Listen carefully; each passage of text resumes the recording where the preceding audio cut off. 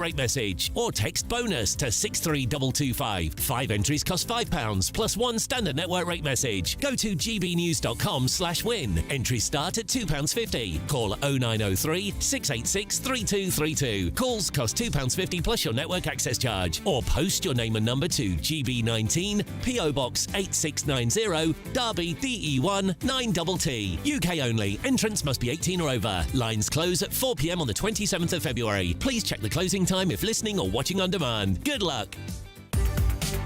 From the school run to the home run, watch a new show for all of Britain. So he can say whatever he wants. A straight-talking show where all voices are heard.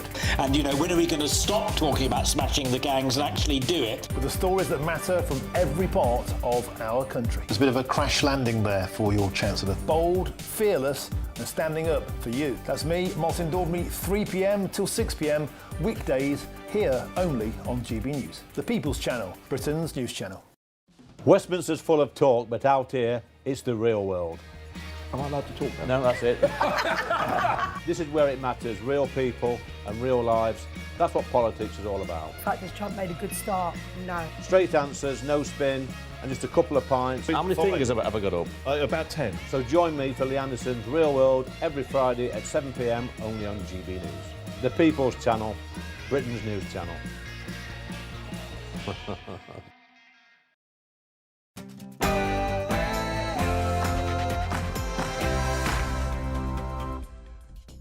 Good evening. Well, Sir Jim Ratcliffe says we've been colonised by immigrants. Is he right? Is he wrong? We'll debate that. Plus growth. Growth is the main mission for this government. The trouble is, there just isn't really any at all. Plus, I know what you're all talking about, what the whole country's talking about. It is, of course, the weather. We'll be joined by legendary weatherman John Ketley. I'm going to ask him, when will it ever end? Before that and much more, let's get the news with Sam Francis.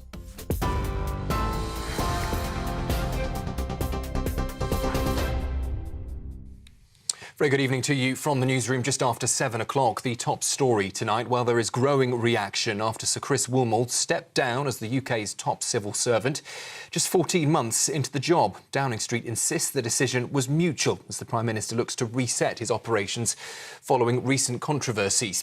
Sir Keir also thanked him for more than 35 years of public service. But critics are lining up. Conservative leader Kemi Badenoch saying he's been thrown under the bus as Sir Keir tries to save his skin. The FDA union has also called it a new low, accusing the government of scapegoating him. Meanwhile, the COVID-19 Bereaved Families for Justice group has welcomed the move, saying Sir Chris's pandemic record should not be rewarded and is urging that he is not given a peerage. In other news tonight, Manchester United says it remains an inclusive and a welcoming club after its co-owner, Sir Jim Ratcliffe, has now apologised for saying the UK had been colonised by immigrants. The billionaire said he was sorry that his language had caused offence in the UK and across Europe following a growing backlash. Downing Street says it's right he's apologised, with the Prime Minister's spokesman calling the remarks offensive and wrong. The government has unveiled a new child knife crime plan following the Brent school attack. Under the proposals, every child caught with a knife will be referred to youth and justice services and could be forced into mentoring sessions. Knife carriers may also be required to remain in education or in training in a bid to cut reoffending. The Deputy Prime Minister, David Lammy, spoke this afternoon. We will have that clip for you later this evening. In other news, a $10 billion defamation lawsuit brought by the US President Donald Trump against the BBC will go to trial in February 2027. Mr. Trump claims a 2024 Panorama documentary falsely edited his speech on the 6th of January to suggest that he encouraged supporters to storm the Capitol. He's called that broadcast false and defamatory.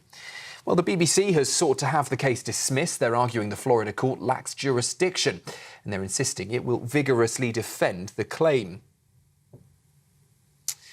More than 50 immigration enforcement officers have carried out dawn raids across London to dismantle a suspected migrant smuggling network. After a 5-month investigation, officers targeted 5 suspects at 4 addresses in Hounslow and Croydon in London. The group is believed to have operated internationally, allegedly offering Vietnamese migrants a so-called ferry-style service, concealing them in vehicles before boarding UK-bound ferries. It comes after 2025 was confirmed to be the busiest year on record for illegal working enforcement, with more than 9,000 arrests and nearly 13,000 raids nationwide. More than 1.4 million NHS workers across Britain are set to receive a 3.3% pay rise from April. The government announced earlier this afternoon. Health Secretary Wes Streeting has said ministers are listening to the workforce and now understand the frustration when pay awards are delayed. The increase will apply to doctors, to nurses and other health staff across the service. The move comes as the government faces continued pressure over staffing levels, morale and threats of strikes. And the UK economy grew by just 0.1% in the final quarter of last year. The Office for National Statistics says December also saw growth of 0.1%, while November's figure has been revised down from 0.3% to now 0.2%. The Shadow Chancellor Sir Mel Stride says high taxes on businesses are killing growth. But the Chancellor Rachel Reeves says she's confident the government's measures are beginning to deliver.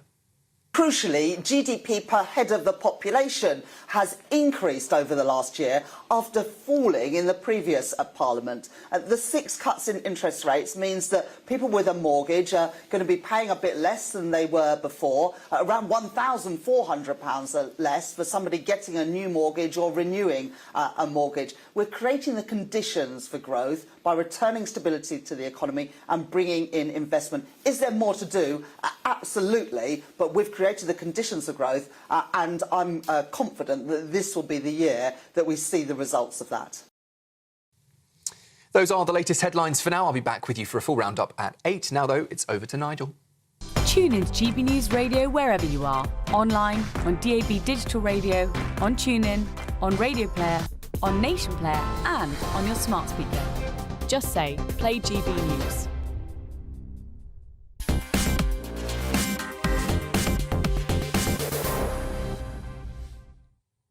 Well, in the end, something had to come along, didn't it, to ease the Prime Minister's agony? And it emerged in the form of an interview with Sky News by Sir Jim Ratcliffe, one of Britain's wealthiest people, worth an estimated 17 billion sterling. Of course, the founder of Ineos, a man, of course, that owns refineries up in Scotland. I mean, a hugely successful businessman in every way, and, of course, a major shareholder and very actively involved with the running of Manchester United, whose fortunes on the pitch have turned quite a bit in the last few weeks. But these couple of sentences last night caused quite a storm. You can't have an economy with 9 million people on benefits and huge levels of immigrants coming in. I mean, the UK is being colonised. It's costing too much money. It will cause... It'll cause... Well, yeah.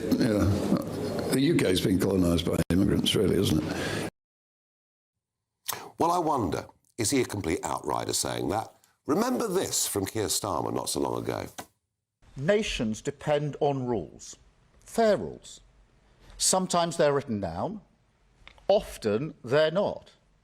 But either way, they give shape to our values. Without them, we risk becoming an island of strangers, not a nation that walks forward together. So really quite similar in many ways, but that's all changed now. No. The Prime Minister's turned his back on that. He said that Ratcliffe, his comments were offensive and wrong. Rachel Reeves said unacceptable, disgusting, frankly. Now, actually what he said about the population increase from 58 million to 70 million is true. What he said about 9 million people of working age being on benefits is true. By the way, to be fair, some of them are on in-work benefits. But if you've got that number of people on benefits, you clearly don't need mass migration. It was the use of the word colonised that caused the problem. But I thought to myself, what does colonised actually mean? Well, it means when a group of people go into a different country and effectively take it over and turn it into their interpretation of what it ought to be, as opposed to what it was before. I mean, have a look at Whitechapel Tube Station. And you can see You know, it may be there in English, but it's there in a foreign language as well. And what about the Tower Hamlets Labour Party? Well, there we don't just have English, we have several other foreign languages. Now, look, I'm teasing ever so slightly, but the use of the word colonised, if we take that out of the equation, and by the way, that's what he apologised for today, not what he said. But the overall comment that mass migration has fundamentally changed our country, that the numbers are unacceptable, and that it's made us poorer, I think he's right. What do you think? Is Sir Jim right or not? Let me know. Farage at gbnews.com. Joining me down the line to discuss this, David Goodhart, Head of Demography, Immigration and Integration at Policy Exchange, as somebody who's written extensively about this. David, apart from the use of the word colonised, there wasn't much he said that was wrong, was there? Not really, no. I mean, it's the kind of usual ritual, isn't it? Somebody sort of blurts out something from their unconscious, and they're kind of they're forced to retract. And you see this a lot, particularly when it comes to emotional issues like immigration. I mean, I sort of wish that he'd focused more on the unproductive nature. You know, he's a businessman. He's a ruthless and incredibly successful businessman. And, you know, we listen to him when he talks about sort of business and economic issues. You know, when he talks about energy costs, you know, he's closing down most of his plants in the UK because of our ridiculous energy costs. And when he talks about immigration, you know, rather than use inflammatory language that is going to cause this sort of ruction, he should be talking about how unproductive so much of our recent immigration has been, particularly the Boris wave. You know, we are, you know, this is one of the reasons why, you know, even this government is trying to push back the point at which people get settlement rights. Because when you get settlement rights, you know, you have full access to the welfare state, you can bring in relatives and so on. You know, I mean, the argument for immigration for many decades was that it was economically beneficial. And there was an element of truth to that. I mean, the East European, Central and Eastern European immigration was kind of economically even, I think. It certainly wasn't negative. But the recent, mainly non-European immigration that we call the Boris wave has been, you know, is going to give an enormous bill to this country. I mean, he should really have focused on that. I mean, I think he was sort of groping towards that, talking both about unproductive immigration, but also unproductive people who are already here. You know, our huge benefit bills that have expanded enormously in the last few years. David Goodhart, as ever, thank you for joining us on the programme. Well, I thought David put that absolutely beautifully, simply. I'm joined in the studio by Labour peer Lord John Cryer and by Sir Michael Ellis, former Conservative Attorney General. I mean, your party's all over the place on this, isn't it? 1 minute, the Prime Minister's using language very similar to that used by Sir Jim, but now it's offensive and wrong. I think using the word colonised, I mean, that's an extraordinary word to use. I mean, as you know, I think that the Labour Party, for a long time, got something very badly wrong, whereby anybody who raised immigration as an issue, you're outrageous, you can't talk about it. Well, I mean, that doesn't happen now. Shabana McMahon definitely doesn't have that view. But then there's a big difference between raising legitimate concerns about mass migration, about open borders, which I've never supported, as you know, and saying, well, we're being colonised. I mean, we're not being colonised. It's the wrong word to use. Well, there are parts of the UK that aren't recognisable as being English or British. There are parts of the UK that have changed. Yeah, when you get the rapidity of change, which I've seen, I mean, you used to live very close to an area which changed very rapidly, you then get a sense of insecurity, and I can understand that. But I think something like 15% of people in Britain were born in another country. So that's not being colonised. But I take your point about certain areas. But I think an awful lot of people who came to this country, you know, post-war years to help rebuild Britain after the war, all that kind of thing, when they hear Jim Ratcliffe talk about colonised, they find it deeply offensive. So the wrong word, the right general message. Oh, he raised these reasonable points, but I mean, a lot of the facts that he gave are wrong. He said that between 2020 and 2025, the population has increased by 12 million. It was between 2000 and... Yeah, I know. There was an inaccuracy there. But actually, at the turn of the century, it was 58 million, and it is now 70 million. So it's a 12 million increase and 85% plus. Over 26 years. So he said it was over the past 5 years. That was an error. That was an error. He got a few other things wrong. That was an error. That was an error. Nigel. You know, Michael, here's the thing. I mean, and I have huge respect for David Goodhart, you know, who has written... been very brave on this subject early on at a time when, as John says, at a time when he was slagged off for even touching the issue. Yeah. But as he says, the real problem is your lot. It's the Boris wave that's going to cost us the real money. Well, I mean, let's look at Jim Ratcliffe for a moment. Look, he's not a politician, and all I want to say is, give me a break. These pylons that we see, and the Prime Minister somehow has time to send a tweet about the comment of a private individual. He's not a public figure. He's not a public office holder. No. He's a private individual. He's inelegantly expressed himself. And the reality is there an issue on immigration? Yes, there very much is. But this is a man who's a job creator. He's not a politician. He has created... Labour have destroyed 7 times more jobs than he has created. Well, Grangemouth, of course. I mean, we talked about this. Grangemouth is on the verge of closure. Yeah. I mean, there it is. It's the biggest manufacturing unit in the whole of Scotland. Because of energy prices, as David mentioned, it's about to go. But these pylons where people then feel that they can't speak their mind because they're torn to shreds, I think it's disproportionate. The Prime Minister tweeting about it, and the reality is there are issues. This is a man who's created many jobs in this country, and paid lots of tax, and paid lots and lots over of tax. the years. Yeah, and perhaps the words are not the words that politicians, seasoned politicians, with all the technocratic language that Keir Starmer comes out with. He's not going to say it in quite that way, although he himself, the Prime Minister, has got into trouble with his own party in the past year for some of the speeches that he's made and some of the phrases that he's used. So I don't think he's one to get on his high horse and start preaching. Yes, it was inelegantly expressed, but the reality is I think most of your viewers would acknowledge that the root of what he was talking about, there are issues. And what are our viewers and listeners going to think in 2 or 3 years' time, when huge numbers that were brought into this country by the Conservative Party are being put on benefits for the rest of their lives? Well, look, there have been issues largely due, of course, to the inability to remove people because of the legal blockages that I've often spoken about, which both Labour and the Conservatives had to deal with, and which any future government would also have to deal with, by the way, unless that's sorted out.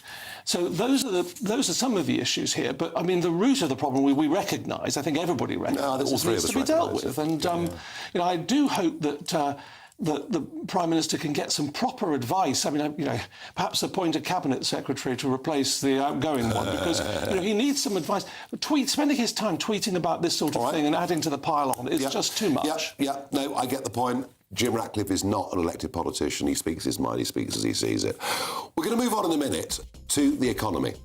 Very, very clear in the run-up to the general election and since that growth has been the #1 target for this government. They talked about the failure of the Conservatives over the growth issue in previous years. We got the figures this morning. Got to be honest, they're pretty depressing.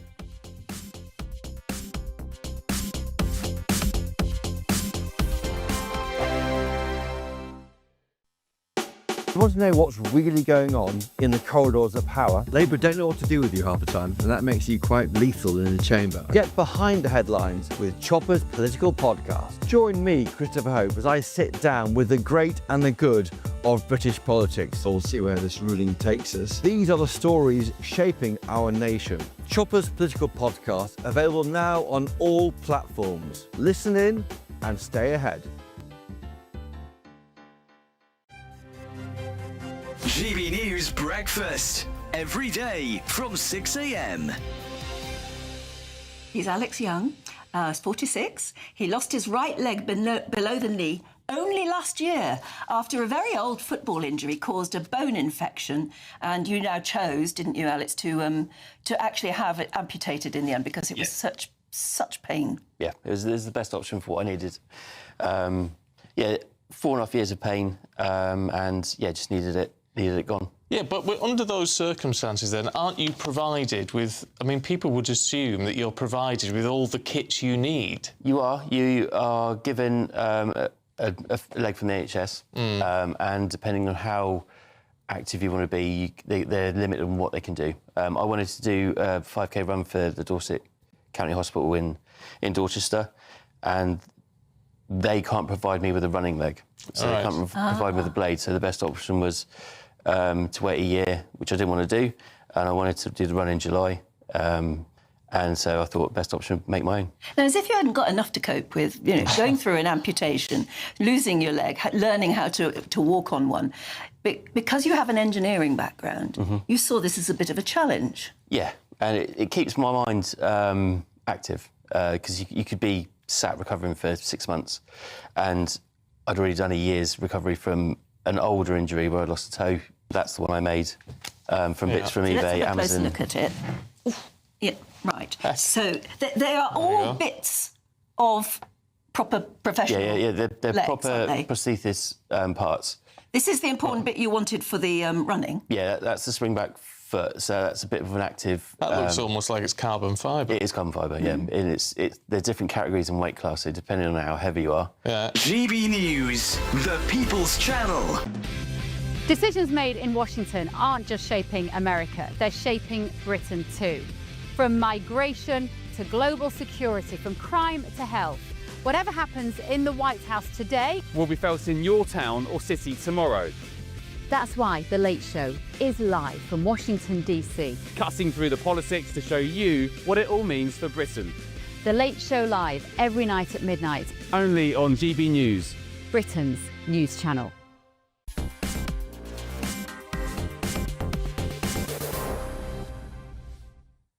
I asked you at home, is Jim Ratcliffe right? Some of your responses. Victoria says, why does the PM think he can dictate what people are allowed to say? Sort of the Ellis point that was made before the break. Ratcliffe just said what a majority of UK citizens think.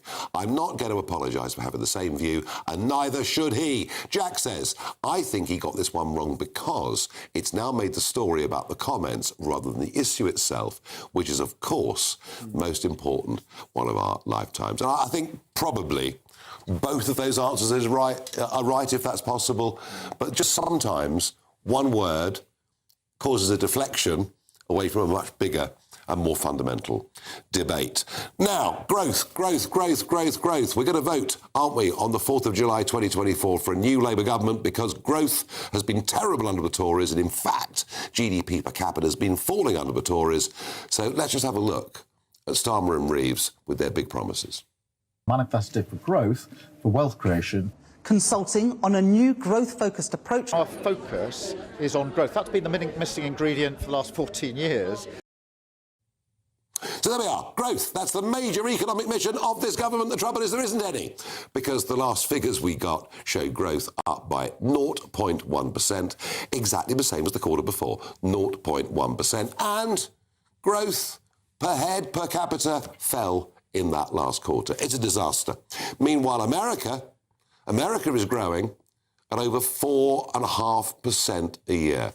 Just the wealth gap between Britain and America, between the European Union and America, just gets wider and wider and wider. Mississippi, which is the poorest state in America, is now, on average, wealthier than the average Brit.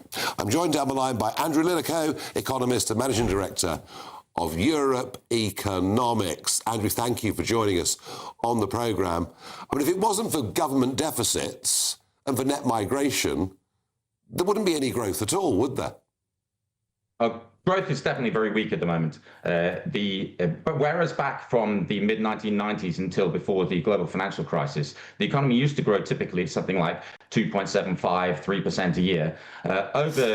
In the period after that, it grew more like 1.5% to 2%, and more recently still, it's now only growing about 1.5% a year. The one important factor in that is the huge burden on the economy from much higher taxes and much higher public spending. So these days we are spending around 45% of GDP and we're taxing around 39% of GDP, whereas back in the early 2000s, when growth was fast, then it was still under a Labour government, back in those days, we were spending about 35% of GDP. That extra 10% of GDP of spending should be expected to take something like 1% of the annual GDP growth rate. So if we want to grow faster, we need to get that spending down.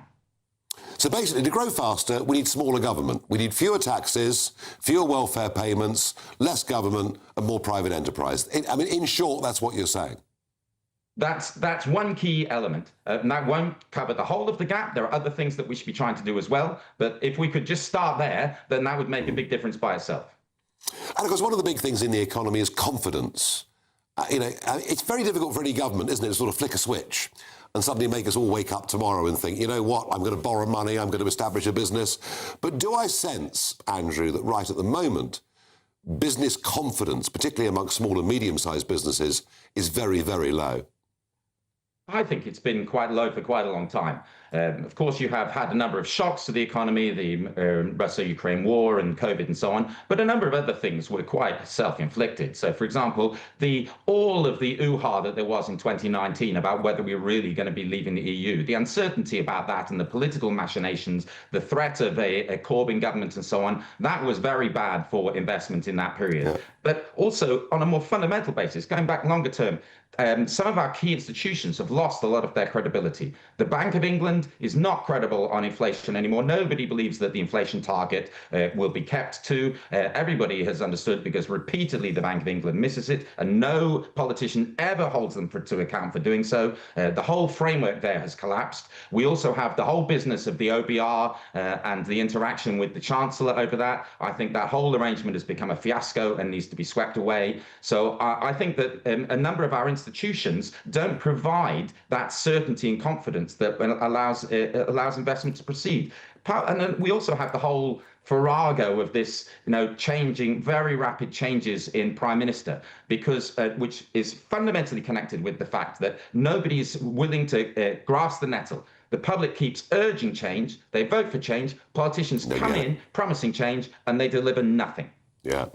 Well, Andrew Nillico, thank you for joining us on the show. And I was going to say for cheering us all up, but you haven't quite done that. But thank you for joining us anyway.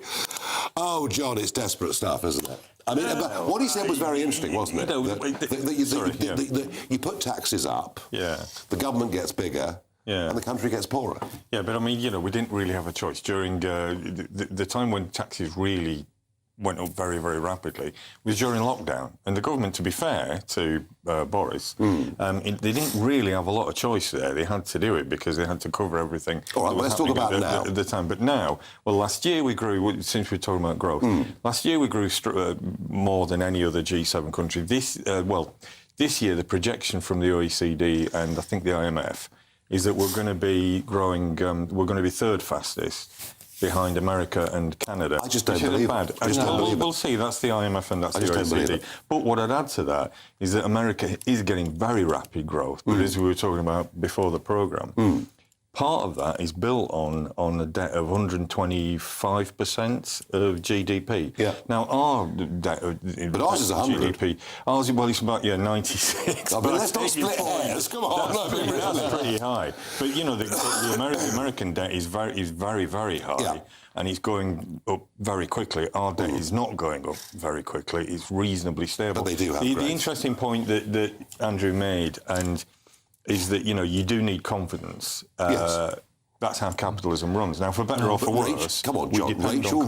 Rachel Reeves is not spreading confidence amongst entrepreneurs. In fact, many of them are leaving the country. There's an exodus of talent, of wealth creators. Well, I think what she's bringing is a degree of stability to the economy. Well, if that's stability... For a long time. And by the way, the one point he made, which I thought he was completely wrong about, was that he was right about the rapid changes in Prime Minister, which we could do with a bit less of.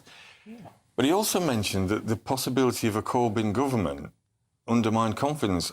I don't remember us being very near number 10 Downing Well, there was a couple of weeks. Yeah, we're going to have another change of Prime Minister soon. Can you answer, our noble lord here from the Labour Party tells us that Reeves has brought stability. Can you respond to that? Yeah, I will respond to that because I'm actually going to agree with another Cabinet Minister from Labour, and that's Wes Streeting in his text message to Mandelson, where he said, there's no strategy for growth. There, you had it from the horse's mouth, John. A Labour Cabinet Minister has said there was when he thought no one was watching, he was texting a private text message, which he's now released.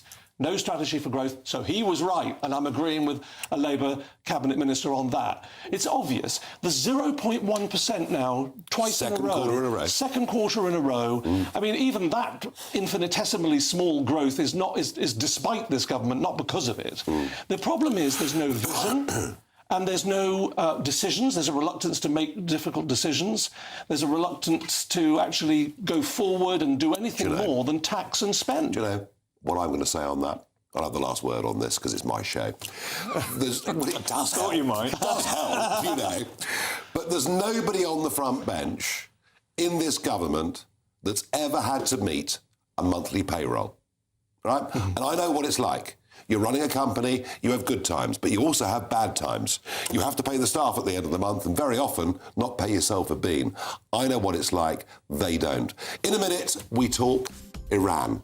We talk about this appalling, dreadful regime celebrating an anniversary of the Islamic Revolution, and unbelievably, the Secretary-General of the United Nations congratulates them.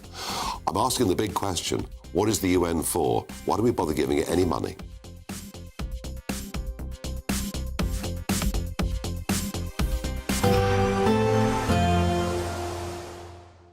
Can't wait to get in that sea. Lovely and warm. Just like the feeling of having great travel insurance. All Clear Travel Insurance sponsors GB News travel destinations forecast. Whilst it's perhaps not as unsettled as it was this time last week across much of southern Europe, there's heavy rain, there's strong winds to watch out for. Lots of wet weather across Spain and Portugal through tomorrow and across southern parts of France. Some hill snow mixed in with this. Tomorrow actually looks largely dry across much of Italy, but that wet weather will feed its way eastwards, and currently across Greece and Cyprus there's heavy thundery rain around, and some of that will continue as we go into the weekend. Elsewhere, some dry weather for many. All Clear Travel Insurance sponsors GB News travel destinations forecast. Good evening. Yes, it's time for your latest weather update from the Met Office here on GB News. Turning colder for all of us. And as the colder air moves in, some ice and hail snow likely across the north. In the south, more rain to come. It's a real messy mix across the UK with low pressure systems kind of splitting but generating more wet weather. And as the colder air moves in, things turning icy across northern Scotland initially with some snow showers. Then this zone of wet weather over southern Scotland, northern England, also making for some wintry conditions. Quite a bit of snow likely over the hills, the northern Pennines in particular, but even at low levels there could be some, and as temperatures drop down below freezing it may well turn icy. No such issues in the south, but more rain is far from welcome here. On to Friday, and we've still got a bit of a messy mixture. Much of Scotland actually starting sunny, but some wintry showers across the far north, and as I said, could well be icy. Generally dry through the central belt and Northern Ireland, but quite a cloudy start here. It will get brighter. Here we have this zone of wet weather over northern England and North Wales by the morning time. Again, some snow mixed in over hills, but even some to lower levels for a time. Certainly some of the higher routes across northern England not very pleasant to drive through during the rush hour. All slowly sinks south. We'll see some sunny spells in southern England initially, but then some heavy showers are likely, particularly through the afternoon in the southwest. That could also cause some disruption because it's been so wet, along with this wintry weather which continues over northern England and North Wales, where temperatures will struggle to get much above 3 or 4. Similar temperatures for Scotland and Northern Ireland, but here quite a bit of sunshine, and most of us will see some sunshine on Saturday. Yes, a frosty old start. Again, ice is a possible risk. 1 or 2 bits of rain across northern Scotland and a few showers in the east, but generally dry and fine on Saturday. It will cloud over later with some wet weather moving in here overnight, and it won't be warm. A cold but sunny one to come on Saturday. Goodbye. Bold. They are under no illusion. Ray. Are you a human trafficker? Boundless. I've had enough of the nonsense, and I'm not afraid to say it. Don't get this on the BBC. Every weeknight, I tear through the headlines. The smell of gasoline. Should we be worried about it? From Westminster madness to cultural war chaos. I'm going to do now, they are throwing things out the car as we speak. Get ready, Britain. Here we go. Patrick Christys tonight, weeknights from 9 p.m, only on GB News, Britain's news channel. Hi, I'm Michelle Dewberry, and my show is your opportunity to cut through all the noise and dive in headfirst to some robust debates. Ideas clash. Situation, no, isn't it? No, Because the failure is... You're deliberately avoiding my point. Nothing's held back. And if you think this is the end of it, wait for more. And we do not shy away from the difficult stuff. Sometimes I want to shake people and say, if only you understood. So join me on Jubes and Co. weeknights at 6 p.m, only on GB News, Britain's news channel.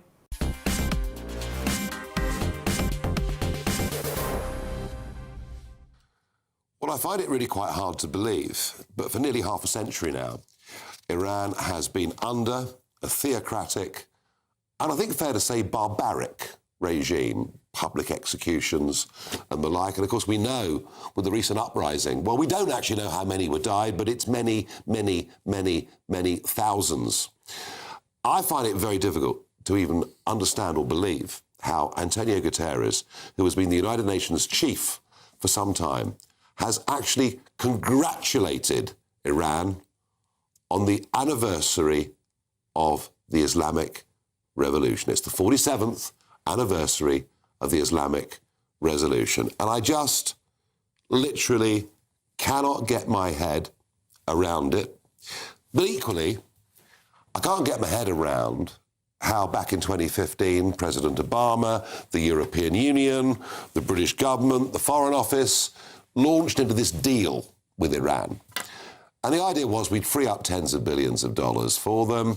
In return, they promised they wouldn't go on building nuclear weapons. They, of course, totally ignored us and used much of the money that was freed up to help fund Hamas, the Houthis, Hezbollah, and all sorts of other proxies around the world. And much of this is organised by the Iranian IRGC.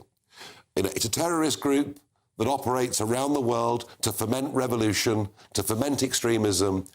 And I just can't believe that we as a British government, whether it's Tory or Labour, have not prescribed them as an organisation. Well, one of my panel, Lord Cryer, was in the House of Lords today debating extremism and said this. I really think that we need to look at the question of prescribing the Iranian Revolutionary Guard Corps. This is an issue that came up under the previous government, it's come up persistently under this government. I've never heard a convincing explanation as to why we don't prescribe the IRGC. Well, he's right, isn't he? He is right. He's absolutely right, and it should have already happened. Why didn't it? That's a very good question. Like John, I've never heard a convincing reason why. Look, officialdom has been against it, and to be fair, most of the European Union countries have also not proscribed IRGC. There's some argument that because it's an arm of the state as opposed to a terrorist organisation, it doesn't fall within the legislation and all that sort of stuff. But I think the reality is they should have been proscribed a long time ago. It's an evil regime, as you were saying, Nigel. They've probably just killed, I mean, the figures are unclear, but I think they could have killed up to 40,000 people. No. Those are some of the numbers that are being... Even the regime itself admits to killing over 6,000 of its own people. That's the figure I saw. And I don't think we can believe anything the regime says. If they admit to 6,000, who knows how many they've killed. They used military-grade weapons against their own civilian protesters. This is a savage and barbaric regime, but the United Nations organisation, frankly, is broken. It is absolutely broken. And, you know, there are also reports that the Iranian foreign minister has allegedly been invited to turn up to give a speech in Switzerland at some event in the next couple of weeks. We've got this. We've got one of their courts telling us to get rid of the Chagos Islands. We've got the World Health Organization. What do we expect, want to take Nigel? power from us. What do we expect? Because it's 193 countries in the UN, almost all of whom are tin pot dictatorships or autocracies, murderous autocracies, many of them. We only have, depending on how you define democracy, somewhere between 25 and 50 democracies in the UN. We keep listening to these debates. Their obsession with Israel to the exclusion of almost everything else. So, you know, over a 7-year period up to 2022, there were 140 resolutions at the UN General Assembly against Israel, double the number of all the other countries put together. But I do like the fact for social media that the former Conservative Attorney General says that most countries in the world have murderous regimes. John, well done for Sadly true. No, honestly, I really mean this. Well done. And how much better would the Middle East be? how much better would the world be if this regime in Iran wasn't there? If this regime falls, it will ripple out across the planet. It won't just be the Middle East. It will make a huge difference. We should be clear what the IRGC is. It's a huge organisation. The number of operatives is, I think it's about 140,000, 150,000, something like that. And they use proxies. On top of that, you've got the proxies. And it's not just Hezbollah and Hamas. There are other proxies. They use criminal gangs. They're a bunch of homicide... Actually, this is what I went on to say, that the IRGC are essentially a bunch of sort of homicidal maniacs being directed by a bunch of... clerical fascists in Tehran who were committed to murder Jews, murder gay men, send women back to the Stone Age. I mean, they hate everything about us. On prescribing it, I've listened to, as an MP, as I was before, and now as a peer, I've listened to minister after minister, security ministers, come to the House of Lords, the House of Commons, and you can see, even in their body language, their sympathies with people like me, people like Michael, various other people in the Commons and the Lords. They want to ban them, but there's some problem in the Foreign Office. Maybe it's a culture, or maybe it's just one or two individuals who are saying, no, sorry, terribly sorry, we can't do that. Well, it's but almost ministers are there to take decisions. But it will be a game changer, Nigel and John. I mean, I agree with what John was saying. If we can get rid of that regime in Tehran, it'll be a game changer for the Middle East. I have to say, when the protests were happening, I did turn up outside the Iranian embassy in London, and it's tragic that so many have been killed, but at some point, this regime falls. Now, I don't normally get involved too heavily in culture wars, but one of the things that struck me over the last few years is that milk is it actually marks a big difference between the inner city urban types and those of us that live out in small town and small village England. This was me at the Mayfair Hotel last year. We booked the Mayfair Hotel for a big event, and we had a green room with coffee. We paid a few quid for it, and this was my reaction. So I'm in a smart hotel in London. I've got a cup of coffee. I want some milk. Let's have a look. We've got semi-skim. I don't like that. Oat milk. What on earth's that when it's at home? Almond milk. All I want's proper milk, not left-wing options. Proper milk. What's wrong with me asking for that? Well, of course it was made for TikTok. Of course it was made for TikTok, and it was a bit of fun. But I have good news, folks. Yes, the What the Farage moment is, believe it or not, the Supreme Court have ruled that oat milk may not be described as milk. And I think this is one of the most significant victories of the entirety of my political career. But I don't know. What's wrong with old-fashioned milk? Well, look, I'm inclined to agree with you. But I would. This case reminds me, they had a case on Jaffa cakes a few years ago.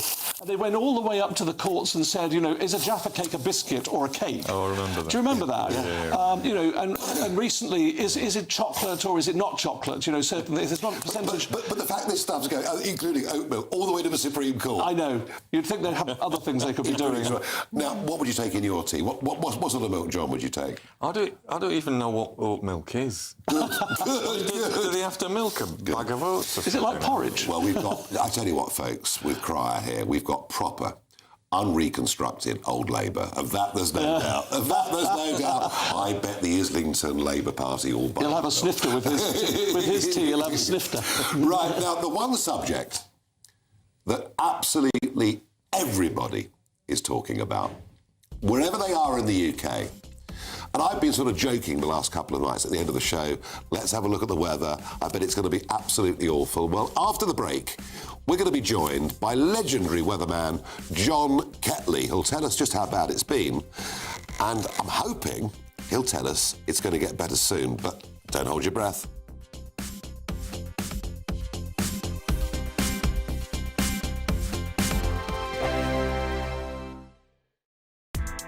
Join me, Nana Akweer, for an informative, interactive news programme with a difference. It's fun. No, he didn't say that, though. I'm so surprised. I think there's an element of truth to that. Join me from 3 p.m. every weekend, only on GB News, Britain's news channel. Mornings don't have to be tiresome, especially if you have the right company. Wake up to news as it happens, opinion and debate, and of course, a little bit of entertainment too. Because when the kettle's on, we're on. That's Breakfast on GB News, a show worth waking up for. Every morning from 6 a.m. Only on the People's Channel, Britain's news channel. We'll spread the news, you spread the word. From the school run to the home run, watch a new show for all of Britain. He can say whatever he wants. A straight-talking show where all voices are heard. And, you know, when are we going to stop talking about smashing the gangs and actually do it? With the stories that matter from every part of our country. There's a bit of a crash landing there for your Chancellor. Bold, fearless and standing up for you. That's me, Martin Daubney, 3 p.m. till 6 p.m, weekdays, here only on GB News. The People's Channel, Britain's news channel. Westminster's full of talk, but out here, it's the real world. Am I allowed to talk No, now? that's it. This is where it matters, real people and real lives. That's what politics is all about. In fact, has Trump made a good start? No. Straight answers, no spin, and just a couple of pints. How many fingers have I got up? About 10. So join me for Lee Anderson's Real World every Friday at 7 p.m, only on GB News. The People's Channel, Britain's news channel. You want to know what's really going on in the corridors of power? Labour don't know what to do with you half the time, and that makes you quite lethal in the chamber. Get behind the headlines with Chopper's Political Podcast. Join me, Christopher Hope, as I sit down with the great and the good of British politics. We'll see where this ruling takes us. These are the stories shaping our nation. Chopper's Political Podcast, available now on all platforms. Listen in and stay ahead. Britain deserves a newsroom that puts the facts and your voice first. Well, and that's what you get on GB News. Lively debates, lively conversation. And we're not afraid to hold power to account. And each other. So join me, Andrew Pierce. And me, Miriam Gates, for Britain's Newsroom, weekdays from 9:30 on GB News. At GB News, we love to hear from you, our loyal community.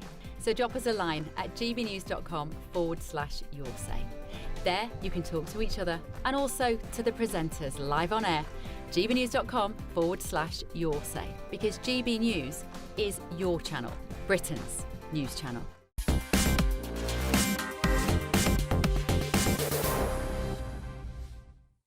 There are not many weathermen who've become so famous they actually have a pop song about them, but John Ketley did a few years ago. Mark Morano is soprano, John Ketley. John Ketley. John Ketley. He's a weatherman. John Ketley is a weatherman, a weatherman, a weatherman. John Ketley is a weatherman, and so is Michael Fish. Well, joining me down the line is John Ketley. Where is he? Where am I? There I am. John, I couldn't resist it. I couldn't resist it. Now, well, it's a great track. It's a great track, Nigel. The only thing is, I'm sure you didn't buy it, did you? Actually, I was bought it for Christmas once by somebody. So there you are. Because it was always thought that I was a weather obsessive, which is entirely true. Now, John, I mean, I said, you know, we're all talking about the weather. I mean, it has, I believe, in some parts of the UK. It's not, St Swithin's Day, of course, comes in the summer, but has it rained for almost every day of the year so far?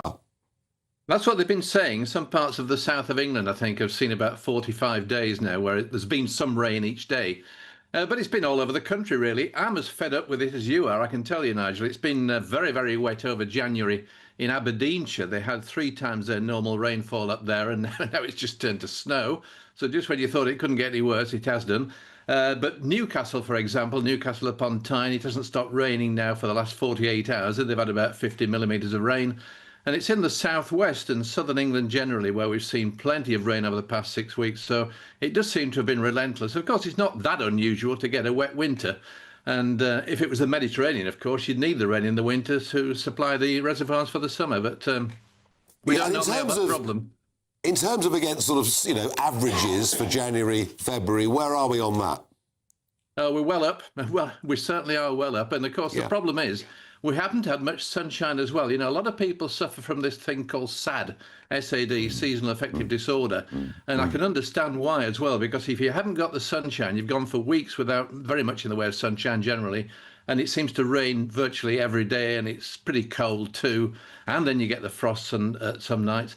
It does get very depressing. People get very cheesed off, really. You've gone through Christmas and New Year, and just when you think you start to look forward to some nice spring weather, well, it just keeps going further and further back. So we might be waiting a few more weeks yet before we see anything decent, quite frankly.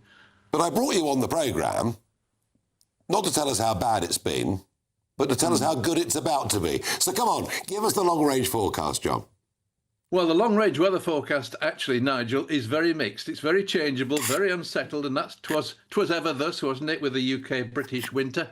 And as I say, we've still got some rain around tonight. We've got more wet weather to come tomorrow in different parts. It's now turning colder in the north, so we will get some snow moving further south, especially over the Pennines, places like that, the Welsh Hills, and the higher ground of the North Midlands in the next day or so. Then we'll get a hard frost on Friday night, so into Saturday, glorious sunshine. A new band of rain comes in from the west by Sunday. That'll probably start off with some snow in some places, especially on the hills. But next week overall is dominated by low pressure systems, so there will be further bands of rain coming in every now and again. Just get your timing right. There will be a drier interlude, and odd days will see dry, fine, quiet weather with temperatures, well, up around 10 degrees. You wouldn't get too excited about that. I can see why people are leaving this country, can't you? Well, there you are. It's not just tax, it's not just regulation, it's the weather. John, we don't blame you for it, and we thank you for coming on and joining us this evening. Pleasure. And he's always great fun. He's great. The dulcet tones of John Ketley. And the reason, of course, that track, was there in the charts was because, of course, in those days, there weren't many channels to watch. Yeah. He was really famous, He was doing the news, after the news on BBC and being watched by 14 million people or whatever it was. But I bet you, Nigel, despite all this rain, in the summer, there'll still be a hosepipe. Oh, no, there can't be. Although John Redwood was saying last night, we've not built a major reservoir in this country for about 30 years. I think it's longer than that. Since the 1970s. Since the 1970s. So population explosion, not building. No new reservoirs. No new reservoirs. There's going to be, if John Ketley's right and the weather carries on, which you seem to be saying, one perhaps upside is that when we get to the cricket season, there are going to be green wickets, which means the ball's going to seam all over the place. You're going to get low-scoring matches, and they're going to be exciting. So great for seam bowlers, swing bowlers. I mean, rubbish for 70 million people, but great for half a dozen regulars. Is basically so that's what all you're right saying. by me. Are you a weather obsessive, Michael? I wouldn't say I'm obsessive. I actually quite like inclement weather, to be honest with you. My least favourite weather is to be too hot. I really don't like to be too hot, but, I quite like bad weather. I like a chill in the air. Goodness gracious me. John, do you follow the weather? Do you watch it every day? Yeah, I did. Actually, going back to Michael Fish's mentioned in the song. He did, yeah. And do you remember that great storm in 1987? I do. Mm-hmm. The night before, he'd said, I don't think it's going to happen. That's right. So the lady in Wales who's written in asking, will there be a hurricane? Michael. Don't worry, it's not going to happen. It's not going to happen. But the worst one was not him, but the other weatherman who, after Newsnight, at the sort of 10:30, had said, it could be a bit breezy up the channel. Before you knew it, the great hurricane. Dreadful storm. But it is a British obsession to talk about the weather, to moan about the weather. Apparently, we're one of the most difficult countries to forecast for. So many countries around the world are easier. We have such unsettled weather, and it's quite difficult to predict. Because of the maritime climate, because of the oceans. Gentlemen, thank you very much for joining me. Now, very relevant to the weather is, and I think Jacob Rees-Mogg sort of rather overdoes the importance of Somerset sometimes. But back in 2014, You're not going to win any seats in Somerset. No, you can say that. Back in 2014, of course, we had these sort of almost biblical floods on the Somerset levels, and I went down and visited, and they weren't dredging the rivers properly, and all the rest of it. But it's pretty bad again now, isn't it? Well, there's been a lot of rain, but the dredging means that the drainage systems are working. I certainly haven't seen anything like the pictures that we saw 12 years ago. Yeah. And they were built for that purpose. I mean, in the 18th century, they brought in Dutch engineers to build the drains to drain the Somerset levels. The Glastonbury monks had drained the Somerset levels, and then a combination of European law and the Environment Agency decided to stop doing it. and it all flooded, and it was a disaster. But this is where regulation in Europe so often goes wrong. Well, yeah, whatever we used to blame Europe for, somehow we always manage to make worse ourselves. That's true, but we now have to blame ourselves because we're in charge. And governments need to remember that. Exactly. Now, Jacob, what are you discussing tonight on State of the Nation? The economy, it's got to be the economy that very low levels of growth, GDP per capita actually declining, which is what matters, because that's how well off each of us is individually. And I think a lot of this comes down to economic mismanagement, failure to make the right decisions, increasing taxation, increasing expenditure, giving guidance to the markets that's all over the place so that people can't prepare or plan for things. So it's essentially a homemade, a made in Downing Street economic failure. It's almost as bad as the weather. I mean, one of the points that was being made by Andrew Lillicoe earlier was that we were used to a period up until really the financial crash, where for sort of decades, 2.5% growth a year, 2.7% growth a year was pretty normal. You've kind of got to be over 40 to even remember.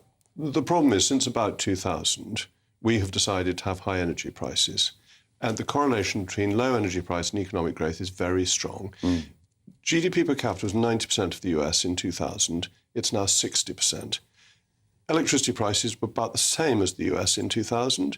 For industrial purposes, they're now 4 times as much. There is such a strong argument that it is green policies that made not just us, but the whole of Europe poor. Since 2000, our economy has grown by 1.5% per annum. Germany by 1% per annum. So we've willfully made ourselves poorer. We have. By believing we're doing the right thing. And thinking other people would follow us, which they haven't done. And we've made ourselves expensive. We've moved our manufacturing offshore, and the weather is still dreadful. So we haven't actually changed the climate. No, we haven't. There you are. You know what's coming up on Jacob's show in just a moment. That's it for me for this week. I will be back with you next Tuesday evening at 7 o'clock. I want to wish you all a good weekend. Well, that'll depend, I suppose, on the weather forecast, which is coming up right now. Oh dear, it's not going to be good.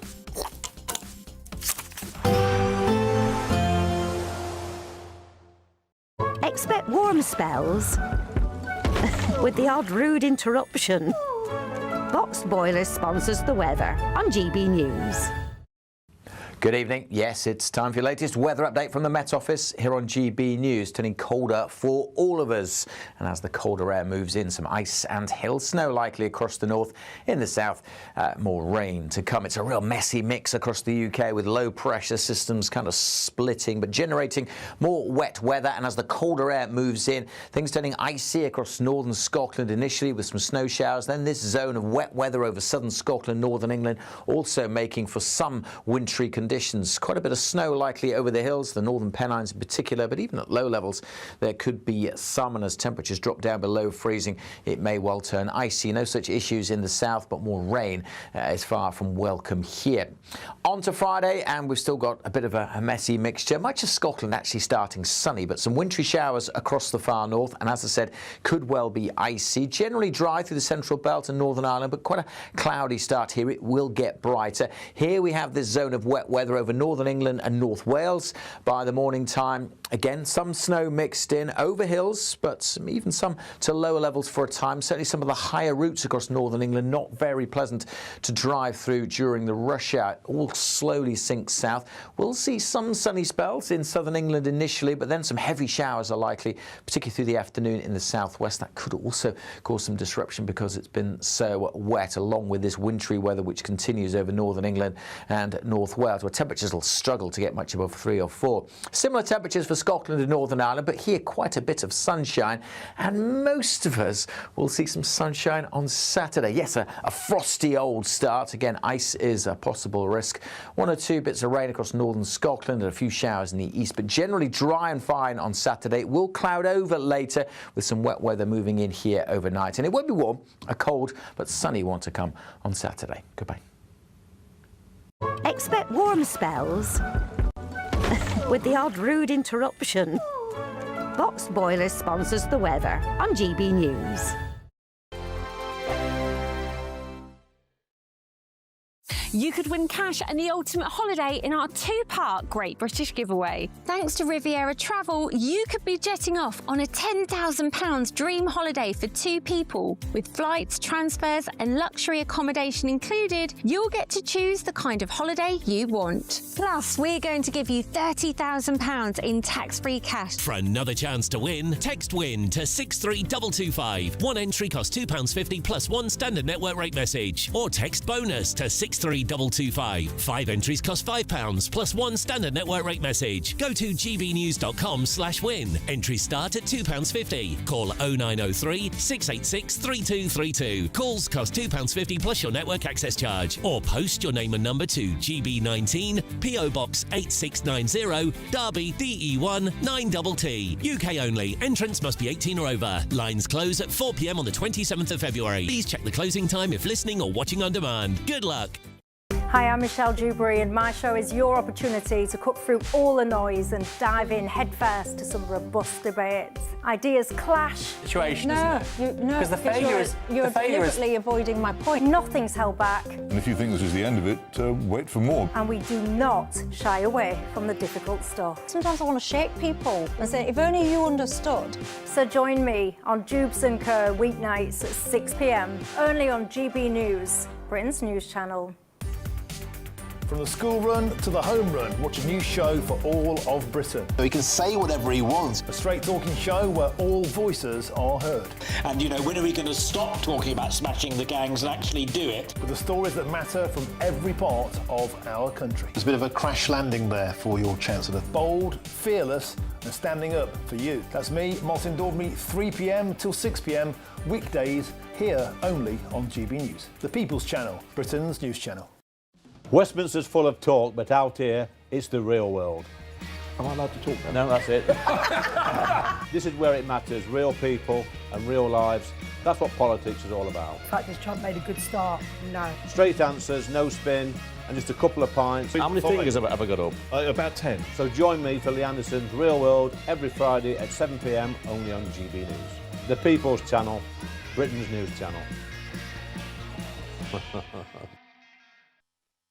You want to know what's really going on in the corridors of power? Labour don't know what to do with you half the time, and that makes you quite lethal in the chamber. Get behind the headlines with Chopper's political podcast. Join me, Christopher Hope, as I sit down with the great and the good of British politics. We'll see where this ruling takes us. These are the stories shaping our nation. Chopper's political podcast, available now on all platforms. Listen in and stay ahead.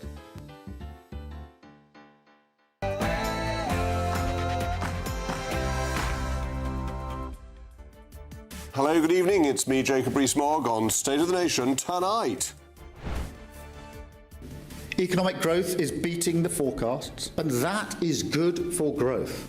And that's why our choices were fair, they were necessary, and they were fundamentally good for growth. The economy is again suffering under the weight of Labour's failure, growing a feeble 0.1%, missing forecast after a year of stagnation. Despite promises of growth from Rachel Reeves, growth per head continues to fall and confidence is weak. Labour cannot be trusted on the economy. Also tonight. An economy with 9 million people on benefits and huge levels of immigrants coming in. I mean, the UK is being colonised. Manchester United co-owner Sir Jim Ratcliffe is at the centre of so-called racism row after criticising Britain's migration policy. The Prime Minister leveraged his dead cat tactics, calling his comments offensive and wrong.